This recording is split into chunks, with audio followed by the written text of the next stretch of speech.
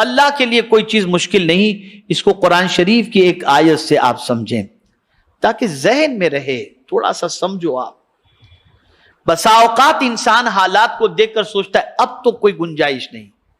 جیسے حضرت موسیٰ علیہ السلام کی قوم نے جب دیکھا پیچھے سے فرعون کا لشکر آ رہا ہے اور آگے دریا ہے, تو آپ جانتے ہیں انہوں نے کیا کہا. اس کی تفصیل قرآن شریف میں تو اس طریقے کی نہیں آئی جو انہوں نے کہی ہے, لیکن ان کی کتابوں میں یہ تفصیل موجود ہے. انہوں نے کیا کہا کہ اس سے تو وہاں تھے شہر میں اچھے تھے, یہاں لا کر کے اب تو مر جائیں گے, کوئی بچنے کی امکانات ہی نہیں, کم سے کم کھاتے پیتے تو رہتے وہاں پر. اب یہاں حضرت موسیٰ علیہ السلام لے, قرآن کہتا ہے کہ انہوں نے کیا, انا لمدرکون, بے شک ہم تو اب پکڑے گئے. یعنی اب پیچھے لشکر ہے, آگے دریا ہے. آپ مجھے بتائیے کوئی بچنے کے امکانات ہیں؟ دریا میں کودتے ہیں تو بھی گئے, اور لشکر نے پکڑ لیا تو بھی گئے. وہاں حضرت موسیٰ کا یقین جواب دیتا ہے, کہتے کلا, ہرگز نہیں. کانفیڈنس دیکھیے, قرآن کہتا ہے کہ حضرت موسیٰ علیہ السلام نے کانفیڈینشیل کہا, کلا, ہرگز نہیں, ان معی ربی سیہدین, بے شک میرے ساتھ میرا رب ہے, ان قریب راستہ ہمیں دکھا دے گا. دریا ہے, دریا میں کون سا راستہ, لیکن قربان جائیے راستہ دیا اللہ نے. گزر گئے موسیٰ علیہ السلام اپنی قوم کے ساتھ, گزر گئے.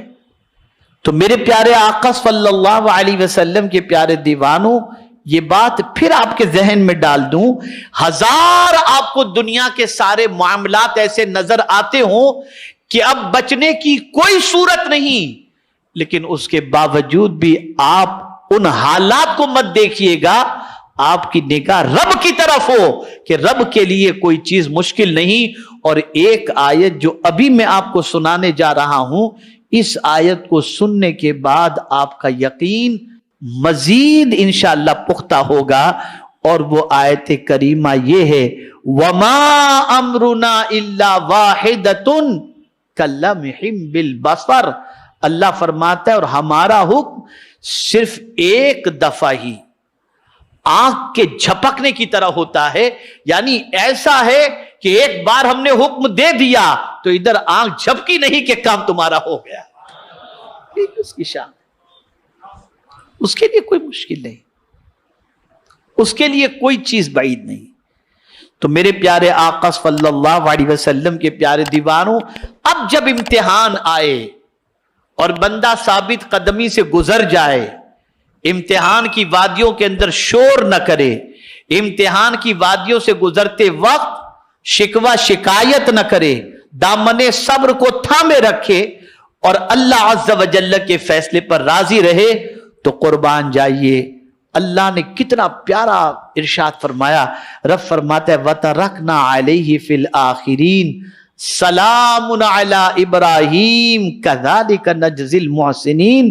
اور ہم نے ان کا ذکر پچھلوں میں باقی رکھا, ابراہیم پر سلام ہو, ہم احسان کرنے والوں کو اسی طرح بدلہ دیتے ہیں. یعنی جو ہمارے حکم کے سامنے سرنڈر ہو جائے اور ہمارے امتحان سے بھاگے نہیں اور ہمارے امتحان میں گرفتار ہو کر ثابت قدم رہے, تو پھر ہم اس کا نام بھی زندہ رکھتے ہیں اور اس کا کام بھی زندہ رکھتے ہیں.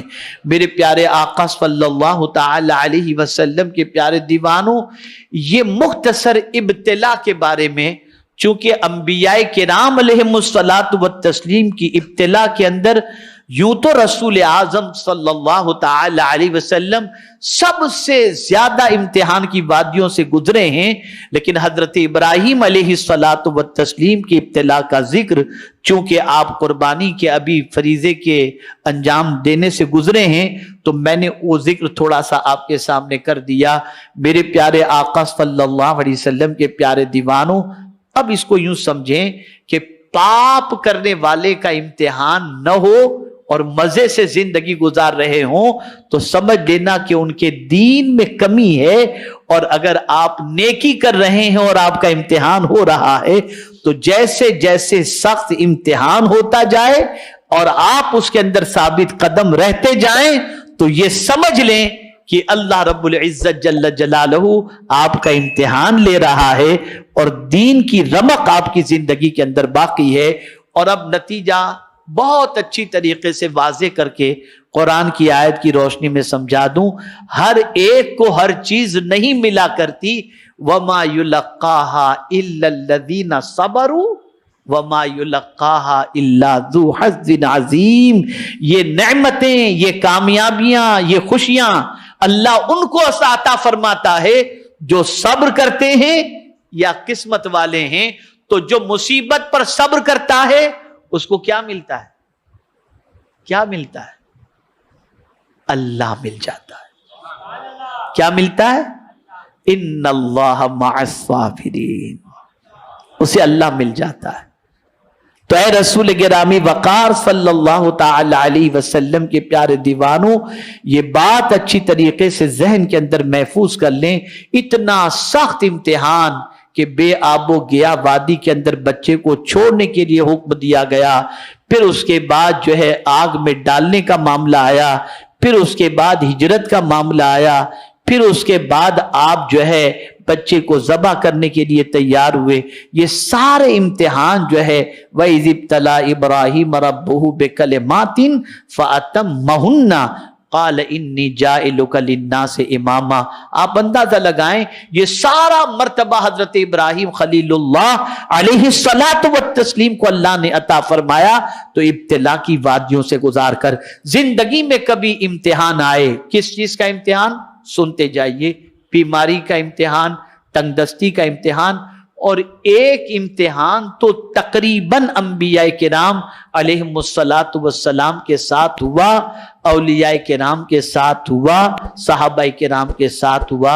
اور وہ امتحان جو سب سے بڑا ہوتا ہے وہ اولاد کا امتحان ہوتا ہے. آدمی وہاں ٹوٹ جاتا ہے. لیکن حضرت آدم سے لے کر مدینے کے تاجدار صلی اللہ تعالی علیہ وسلم تک دیکھیں تو سب کا امتحان اولاد کے ذریعے سخت ترین ہوا، لیکن اللہ نے ہر ایک کو کامیابی عطا فرمائی. تو پھر آپ کبھی اولاد کے معاملے میں دیکھیں گے، بیماری کے معاملے میں دیکھیں گے، تنگ دستی کے معاملے میں دیکھیں گے، ان ساری چیزوں کے اندر امتحان ہوگا. تو ایسے میں اللہ کی بارگاہ سے مدد طلب کریں، استقامت کی بھیک مانگیں، اور اللہ عز و جل کی بارگاہ میں یہ دعا کرتے رہیں کہ اللہ عز و جل ثابت قدمی کے ساتھ امتحان سے گزار بھی دے، اور رب قدیر ایسے ہر کام سے بچنے کی توفیق عطا فرمائے جس کام کی وجہ سے دنیا اور آخرت دونوں تباہ ہو جائے.